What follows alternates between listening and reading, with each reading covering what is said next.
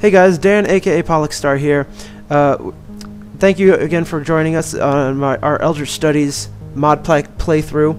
Now, I was joined in this session by Svardolf, Nate, and Otacon's Harry, but we had some issues and my audio was not recorded at all. Nate's and Harry's were, but we didn't get any of mine, so I really had very little choice but to scrap both audios, and I'm just going to play some here and commentate on it for you guys. As we finally got around to recording again and couldn't afford to waste this footage. Now, one of the first things I remembered I wanted to mention was that my channel recently has skyrocketed in terms of viewership and subscribers, and that is fantastic. I think I had like 40-something subscribers last time I checked, and that is amazing. So thank you guys thank you to everyone who's new, thank you everyone who's old, who's still watching, and that I was overjoyed when I saw that happening. So another bit of big news is, well, another moderate bit of news is the mod pack itself had a decent little update. We added 3 new mods. We added statues, which is a mod by the same guy who did Chisel, and I'll show that in a bit here. We added torch levers, which adds a bit of like secrety redstone stuff and some traps. That's pretty cool. Those mods were both suggested by someone on the Minecraft forum post. I don't remember his name off the top of my head, but I will put I will look it up and put an annotation on the video just to give him proper credit. The third mod we added was called Forbidden Magic, and that is a Thaumcraft 4 add-on that adds a lot of things to do with the taint. A lot of research in tainted magical stuff. It sounds pretty awesome. I don't really know what any of it is, but that's part of the fun of Thaumcraft. It also adds a lot of really awesome integration with Ars Magica. So you can make wand cores out of witchwood, and I think like caps out of sunstone or some things like that. I think you might also be able to power up wands with Vintium somehow. So that's looking forward to finding all that stuff out as we progress. Now, the other bit of big news is that we are about to open up the server, the same server here, to the public.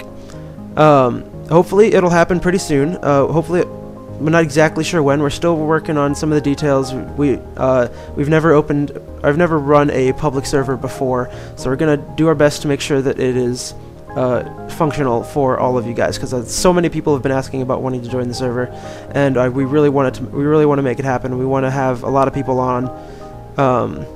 A bit of an update here. So what we're watching right now is that when we updated the pack, we updated the witchery mod, and that caused every single witchery item in the game to completely disappear. We're not sure why. Fortunately, I guess it's fortunate that this happened before we updated the server, because that would have been pretty bad. Right now, as it stands, Nate was really the only one affected by it. But he didn't seem bothered by it too much. He'll get his stuff back soon enough, I'm sure. Anyways, like I was saying, we're gonna open the mod pack, our server rather, up to the public. Hopefully, it will happen within a few days of this video going live. So keep your eyes peeled for that. I'll post a video about it as soon as it happens, and probably just a short little update one. We'll also keep track of the forum post, because it will definitely be mentioned first thing on the forum post as soon as it happens.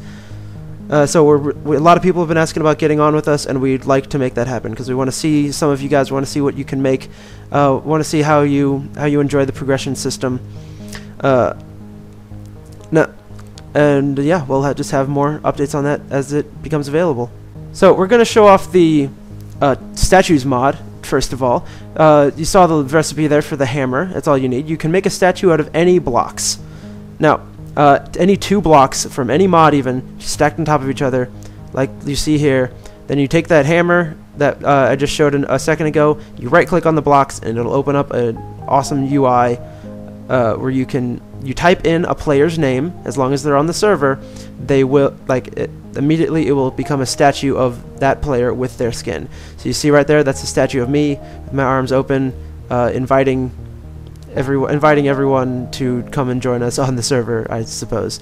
Nate is currently fashioning his statue.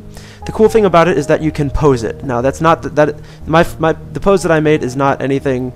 The pose that I made is not anything ridiculous, of course, but you can pose the angle that they're standing at. You can pose the arms. I think you can pose the legs as well, make it look like they're walking. It's really cool. And Nate will be done here in just a second.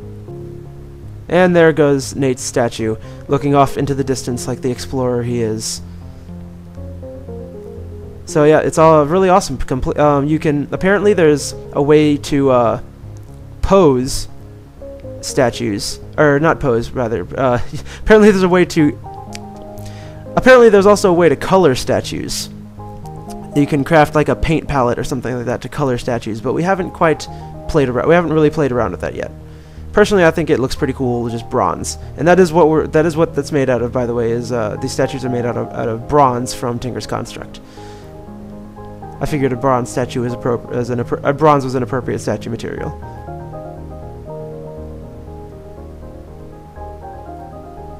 Now Harry's working on his, of course. What Harry is wearing there, by the way, you might have noticed, is Battle Mage armor. That is from Ars Magica. It's the quote-unquote higher tier. It's definitely more expensive to make. It's got more physical protection, I believe more magical protection as well, but the the procced benefits that it gives you are less effective, and also the benefits to spellcasting and such is also lessened from the battle between that and the mage robes. But it's still really awesome. The other and it looks fantastic. It's definitely expensive, but it's pretty cool to get. And there goes Harry's statue. Harry has opted for a athletic pose. We weren't quite sure what he was thinking with that one, but it's fun. Harry, it's like, you know, nothing wrong with that. It's certainly unique among our poses. So yeah, you can use any materials, like I said, and just craft that little hammer. It's real simple. You can make awesome statues of yourself or any other player. There's also apparently some way to make mob statues, although I'm not quite sure how that works. Either. And now, what Harry has found is that you can actually, after you've crafted a statue, you can actually right-click on it, and it has an inventory.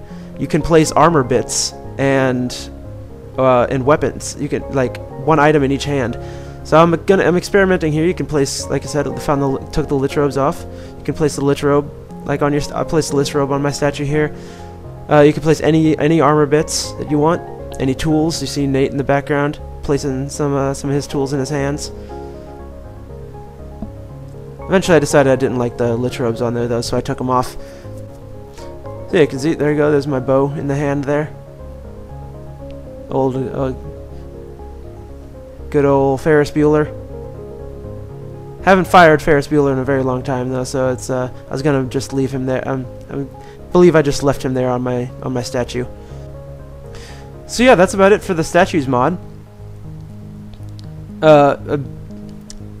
Believe this session, or there you go, put the hammer just back on the building tool shelf, you know. So this session we decided we were gonna take out a dungeon because we hadn't recorded a dungeon for a while.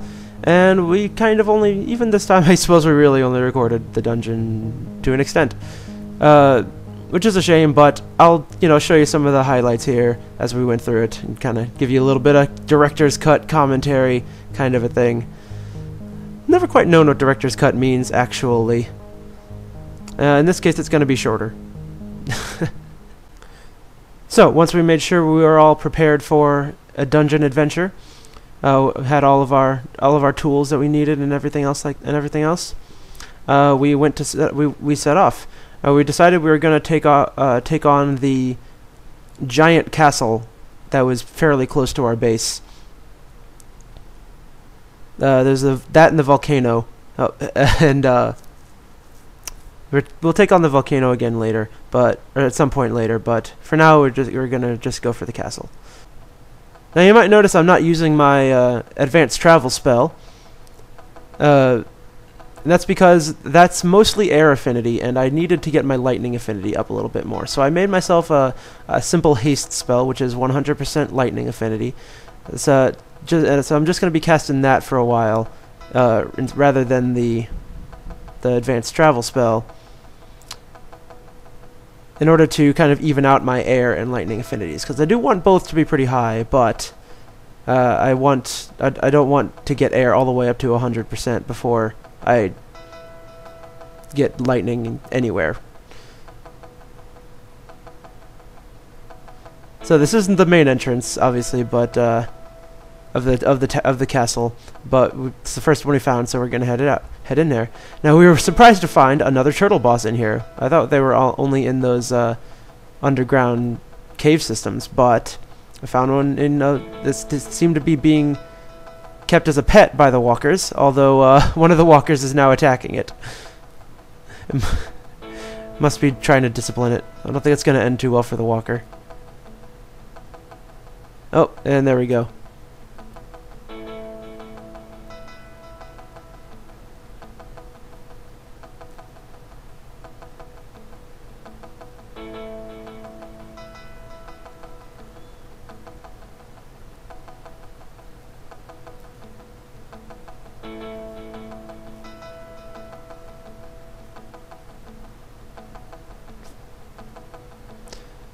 So the turtle has entered regeneration mode, but between the three of us, there's no way he's gonna get out of here.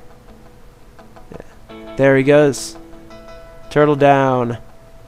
Picked up another couple of turtle scales, I believe. Maybe we can actually craft a bit of the armor finally.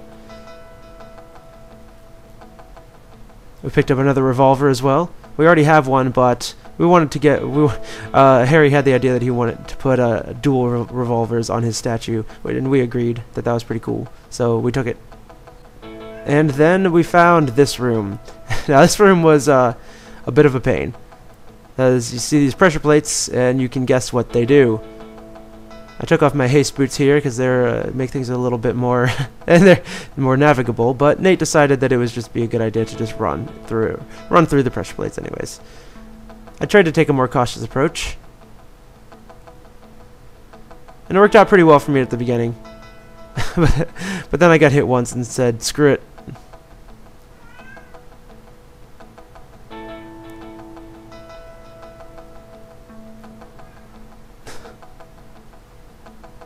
Of course, I am now getting pretty hurt here. There's a couple of walkers. I am really low on food and the arrows, and there I go.